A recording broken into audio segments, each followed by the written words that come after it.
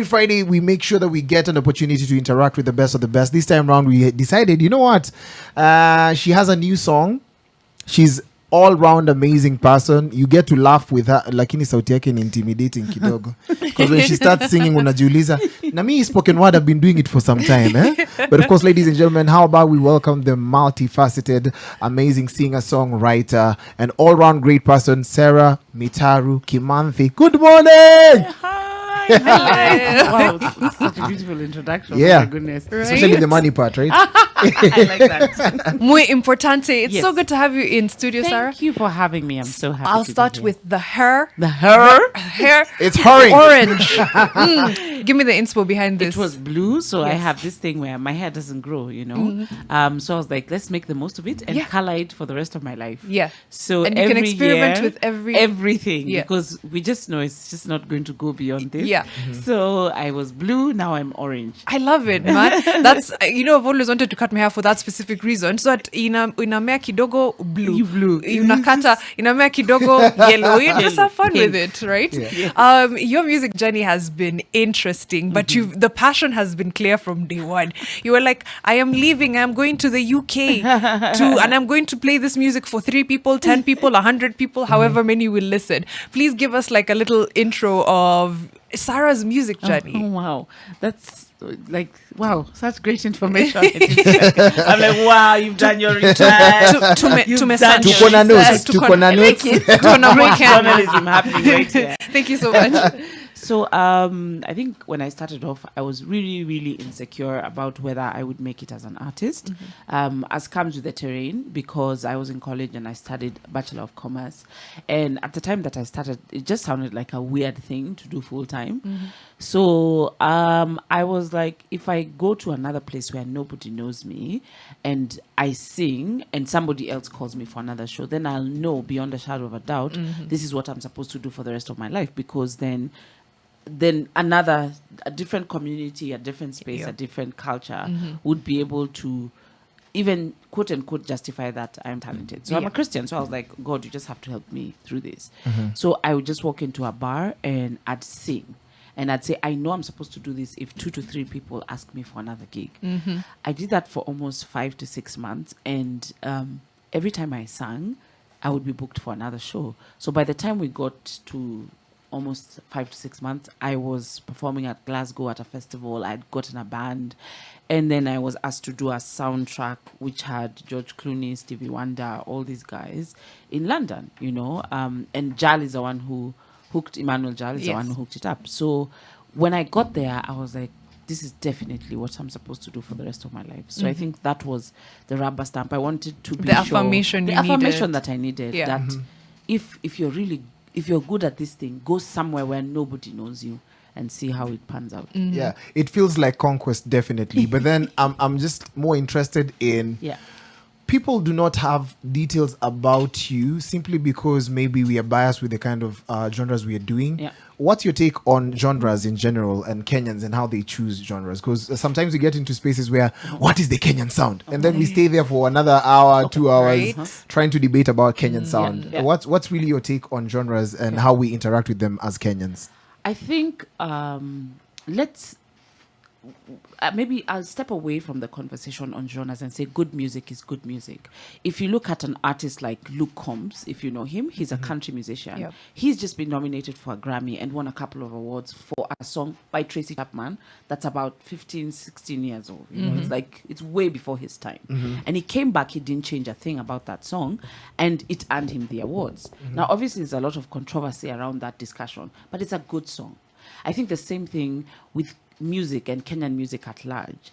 I think we inherited the idea that we need to talk about genres. No, it's a good song. It's just a good song. I was on the way here, I was listening to Ethan Muziki Cheza Wimbo Wetu, and I'm like, amazing. this song is just so good. It's good, you know, as in, I'm like, my mom can listen to it, I can listen to it, my kids can listen to it, and it's just telling a chick, when you miss me, play our song. So we are way past the conversation on genre. I think people just want, post the pandemic, I'm saying everybody had a near-death experience in one way or another. And that really affected three aspects of our lives, which is our mind, our heart, and our will. And so if you're going to write music, make sure that you sit somewhere right there where people can be able to say that you translated their emotion in a way that was tangible for them. So it's then the conversation is not if that Genge song is hitting, there's somebody somewhere who fully identifies with what it is that you're saying. Right. We've also, as Kenyans, we say Kenya is a trampoline to either any success as a Pan-African artist or a global artist. That's the truth. 100, yeah. We are, there's somebody who said that this country, we are kingmakers. And whether it was Wizkid, he came here, True. we got the rubber stamp from us guys, whether it's Even Davido, Burna Boy multiple and times. P-Square, multiple actually. times. Yeah. So that tells you that we have a global output to music. So we can no longer speak about genre. We just put out good music and it'll find its way. Right. You said something there that stuck with me. You're trying to, when you're speaking to people, your mind, your heart, your will. Writing has to be, I think the most vulnerable part of the music making part, right?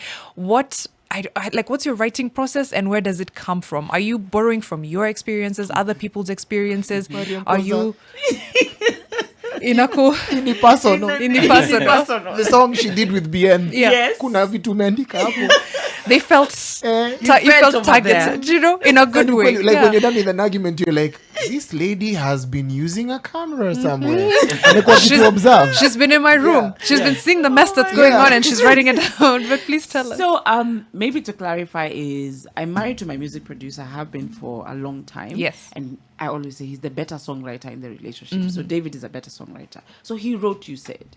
And the story behind You Said is I'll answer your question, but this is interesting. Right? So he was like, let me write you a popular song that is going to be for dudes to be able to identify with heartbreak in a way that makes sense to them. And I said, absolutely not. I said no. Like, it was dramatic. I cried. I don't want to sing this song. Yeah. He's like, listen fast to me. Yeah.